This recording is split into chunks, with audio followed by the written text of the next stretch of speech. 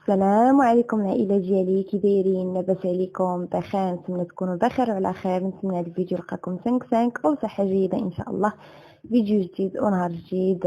اول حاجه رمضان مبارك سعيد، الله يدخلوا عليكم بالصحه والسلامه والرزق، باش ما تمنيتوا يا ربي، ويدخلوا عليكم لا فقيدين ولا مفقودين، والله يرحم جميع الموتى يا ربي، ويخلي لكم والديكم ومعز عليكم يا ربي. المهم هذا الفيديو هذا عباره عن بعض التحذيرات اللي درت مسبقه كنديرها قبل رمضان. وجدت واحد الروح ديال السيترون حتى هي كتنفع العصائر في رمضان. وجدت واحد شويه ديال التفاح كيف غتشوفوا معايا في لا فيديو. التفاح تقديته هكذا وغسلته ونقيته وكنقرضو هكذا وكنديرو في الفريكو. المهم اول حاجه غتشوفوا معايا كلشي في لا فيديو. وجدت الفريز، المهم كلشي شاركته معكم.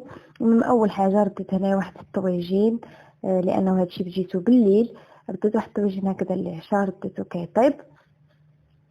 عاد دزت هكذا باش نقضي شغلي ونوجد داكشي اللي غادي نوجد، باش ان شاء الله ملي نكون ساليت يكون حتى العشاء حتى هو موجود. المهم اول حاجه البنات، هنايا عندي الحامض السيترون، غسلته بطبيعه الحال مزيان وحطيته في شبيكه سقطر. من بعد هنايا كنحكو في الحكاكه الرقيقه. الحكاكه الرقيقه كتحيدوا لي ديك القشره الصفراء، ضروري تحيدوها هكذا كامله وتحطوها على جنب كيف كتشوفوا معايا في لا فيديو. ومن بعد ما غادي نحكها غادي نشارك معكم اش غادي ندير ليها من بعد. المهم هانتوما معايا، كملوا معايا لا فيديو.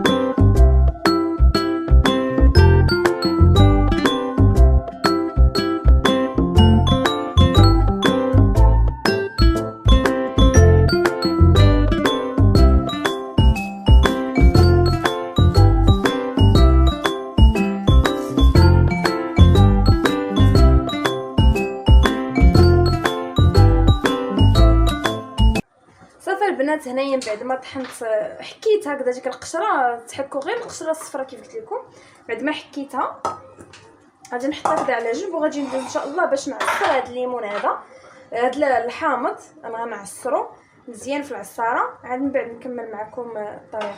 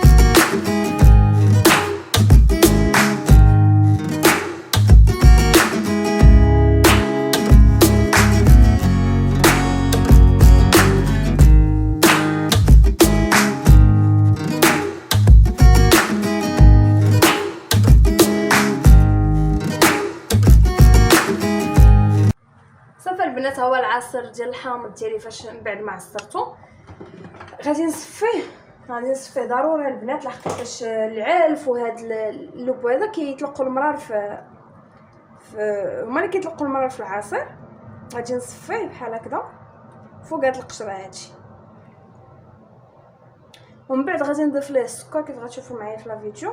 المهم يكون السكر بزايد، يكون سكر كثير، وغادي نغطيه بالفيلم اليمونتير ونحطوه في الثلاجه، ومره مره كذا نحركو مره نحركو حتى لغدا ان شاء الله، ونكمل معكم مراحل حيت خصو ضروري يبات واحد الليله.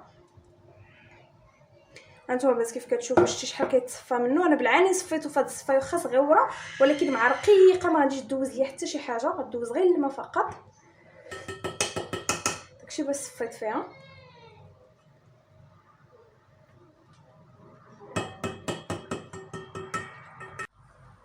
صافي البنات، هنا من بعد ما صفيت داك العصير ديال الحامض كامل فوق هذيك القشره، غادي نبدا نضيف ليه هكذا السكر. المهم بديت نضيف هذا السكر هذا هكذا مربعات.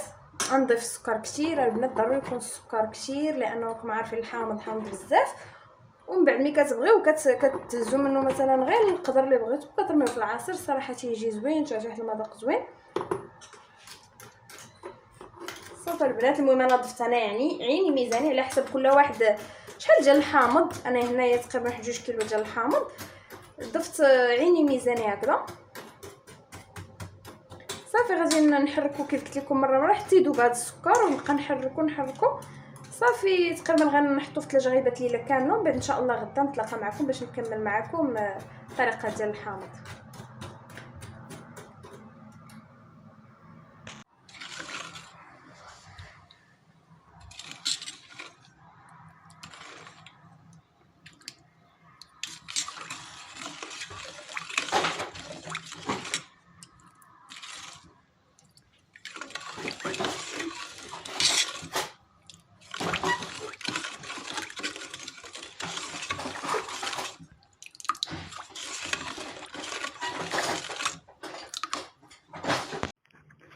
صافي البنات، هنا من بعد ما الحامض درت فيه السكر وحطيته هكا على جنب، انا مره هكذا كنحركو.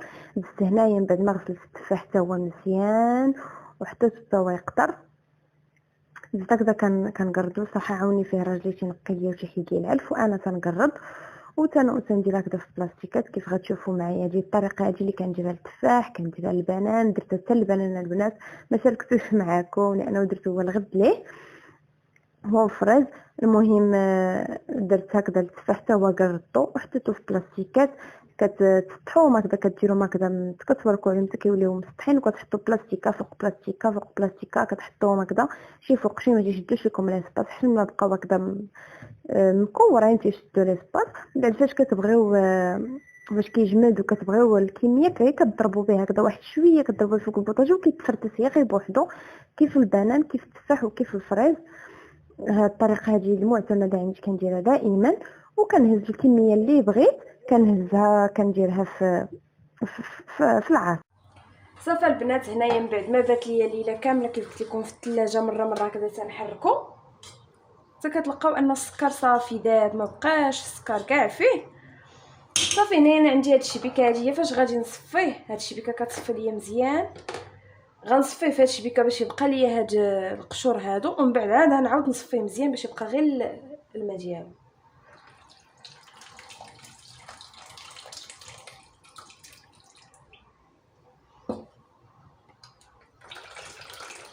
هانتوما كيف قلت لكم، هانتوما شفتوا غير هاد الشبيكه صفاتو ليا مزيان، كتخلي شي حاجه تدوز.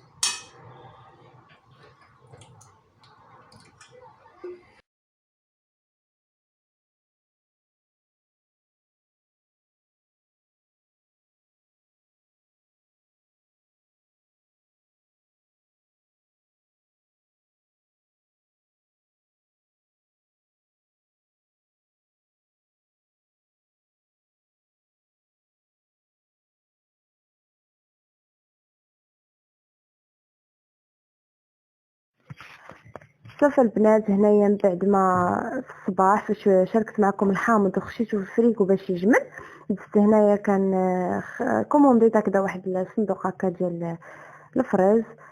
كومونديتو هكذا وجابوا لي حتى الدار، درت هكا عرفتو الفريز دغيا تيخسر، درت هكذا كنحيد ليه ديك النباته وكنحطو هكذا في البانيو، تنقيتو كامل وفي ديك الشبيكه تنعزل في هذوك اللي باقيين شادين روسهم ناكلوهم هكاك. هكذاك ناكلوهم هاد الايامات هادي وندير بهم. المهم راكم عارفين دري صغار عزيز عليهم الفريز، خليت لهم دوك اللي باقي شادين في راسهم، دوك اللي كدا شويه طايبين كنقيهم وكنحطهم في البانيو. صافي البنات تنسالي الكميه كامله اللي عندي ديال الفريز وغادي ندير ان شاء الله باش نغسلو مزيان ونحطو يتسقطر ونشارك معكم الطريقه ديالي حتى هو كيفاش كنحطها بالضيف في الفريغو، كيفاش من بعد ما كيجمد. المهم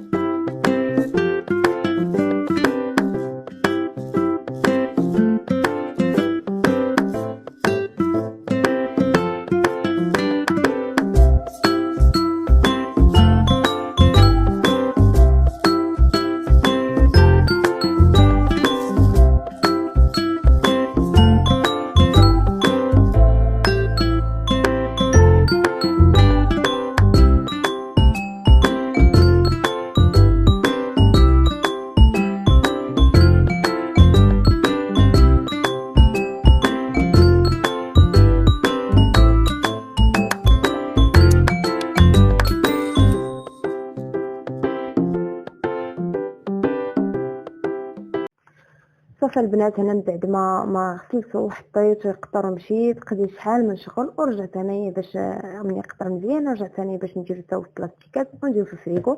كيف كتشوفوا معايا تنقسمو على جوج لانه قال لي كتكون وسطو الدود اللي يكون وسطو شي حشره، قلت نقسمو هكذا. ماما الفصار حيت نغسلو تنحطو هكذاك يتقطر وتندير القياس هكذا في الميكات وكنحطو في كيجمد. المهم هذا العام هذا قلت نقطعو من الوسط ونشوف اش فيه. المهم كنقطعو كامل الكميه كامله اللي عندي كندير لها نفس الطريقه وكندير قياس الميكا ونعقدها ونحيدها وندير القياس تكمل الكميه اللي عندي. تبارك الله خرجت لي 3 ديال الميكات. المهم صندوق فيه 8 كيلو ديال الفريز ولكن حيدت منه تقريبا 2 كيلو بحال هكاك اللي حيدت منه هكذاك باش ناكلوه هكذاك. اما باقي قرطو ودرتو هكذا في الميكات. المهم حتى هو كيجمد البنات، نخشي فريكو كيجمد. ملي كنبغي هكذا نقياس العصير غير كنحرك هكذا الميكا كيف غادي تشوفوا معايا في لا فيديو. كنضرب هكذا بالميكا فوق البوطاجي واحد شويه وكيتفرد حتى هو كيطيح لك تقريبا كل حبه بوحده وكتهزي الكميه اللي بغيتي وكتضيفيها في العصير ديالك. نتمنى البنات هاد الافكار هادو يكونوا نالوا الاعجاب ديالكم. افكار بسيطه ولكن كاين اللي ما تيعرفشها، كاين اللي ما تيعرفش يحتفظ بالفريز، كاين اللي ما كيعرفش يحتفظ بالتفاح بالبنان بالحامض. المهم شاركت معكم انايا غير طريقتي وكيفاش كنحتفظ بهاد الاشياء هادو باش كينفعوني في رمضان الصراحه. وبنقول لكم شكرا البنات على التتبع ديالكم وشكرا على لي كومونتير اللي كتخليو ليا وشكرا على الناس الوفيين ليا واللي اول مره كيشوفوا القناه ما يبخلش عليا بابوني ولايك الى عجبكم الفيديو. الى اللقاء الى فيديو جاي ان شاء الله ورمضان كريم.